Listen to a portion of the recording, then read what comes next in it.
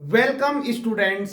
तो आज हम इस वीडियो में कहानी और नाटक के अंतर को समझेंगे। कहानी और नाटक का जो अंतर होता है, ये जो प्रश्न है ये अभिव्यक्ति और माध्यम की पाठ्यपुस्तक से लिया गया है। और अभिव्यक्ति और माध्यम की पाठ्यपुस्तक से आप लोगों के पास बहुत सारे क्वेश्चन हैं। तो ये जो प्रश्न है ये बहुत ही इंपॉर्टेंट है और बहुत ही आसान भी है। कहानी और नाटक में क्या अंतर है, आज हम इस वीडियो में मैं आपको सिखा भी दूंगा और वीडियो देखने के बाद आपको ये याद हो चुका होगा।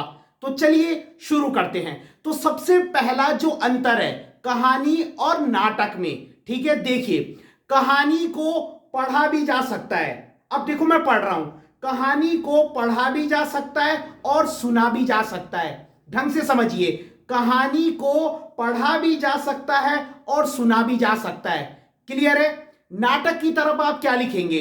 नाटक को रंगमंच पर दिखाया जाता है। रंगमंच का मतलब होता है स्टेज। अब आपने कई सारे प्ले देखे होंगे, तो नाटक को रंगमंच पर दिखाया जाता है, यह पहला अंतर है। देखिए दोबारा से हम रिवाइज करते हैं। कहानी को पढ़ा भी जा सकता है और सुना भी जा सकता है। क्लियर हो गया? कहानी को पढ़ा भी जा सकता है और सुना भी जा सकता है। डन। और नाटक की तरफ आप क्या लिखेंगे? नाटक को रंगमंच पर प्रस्तुत किया जाता है। रंगमंच का मतलब होता है स्टेज। क्लियर हो गया पहला अंतर? कहानी को पढ़ा भी जा सकता है और सुना भी जा सकता है। नाटक की तरफ आप क्या लिखेंगे? नाटक को रंगमंच पर प्रस्तुत किया जाता है। डन, पहला अंतर क्लियर हो गया।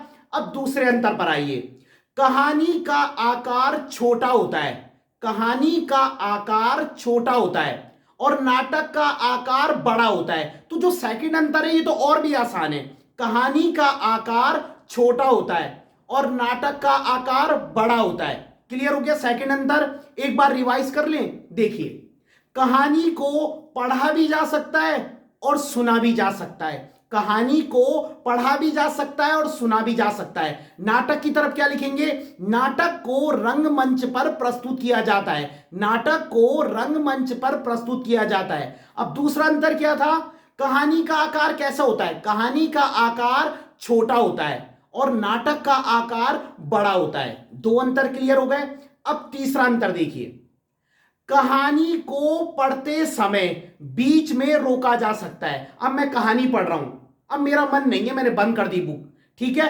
कहानी को पढ़ते समय बीच में रोका जा सकता है।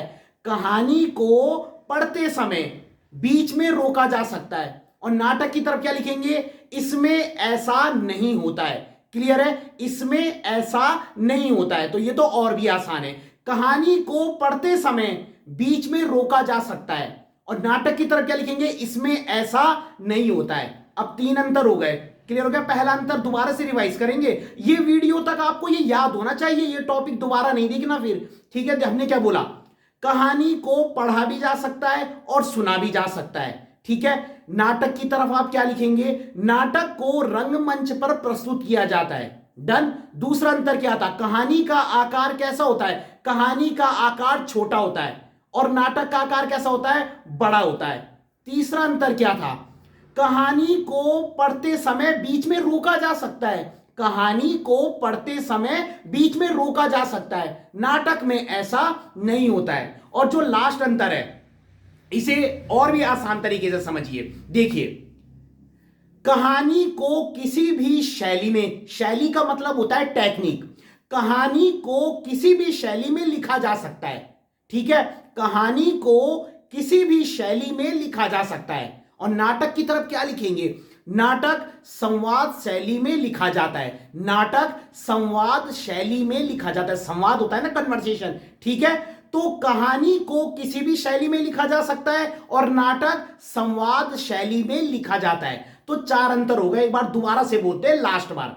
देखो, कहानी को पढ़ा भी जा सकता है और सुना भी जा सकता है। नाटक की तरफ नाटक को रंगमंच पर प्रस्तुत किया जाता है। कहानी का आकार छोटा होता है, नाटक का आकार बड़ा होता है। कहानी को पढ़ते समय बीच में रोका जा सकता है, नाटक में ऐसा नहीं होता। और कहानी किसी भी शैली में लिखी जा सकती है और नाटक संवाद शैली में लिखा जाता है। क्लियर है? तो अगर आपको वीडियो पसंद आई हो तो लाइक जरूर कीजिएगा और कमेंट भी कीजिएगा, और हो सके तो वीडियो को अधिक से अधिक शेयर जरूर कीजिएगा। तो मिलते हैं हम किसी अगली वीडियो में। धन्यवाद।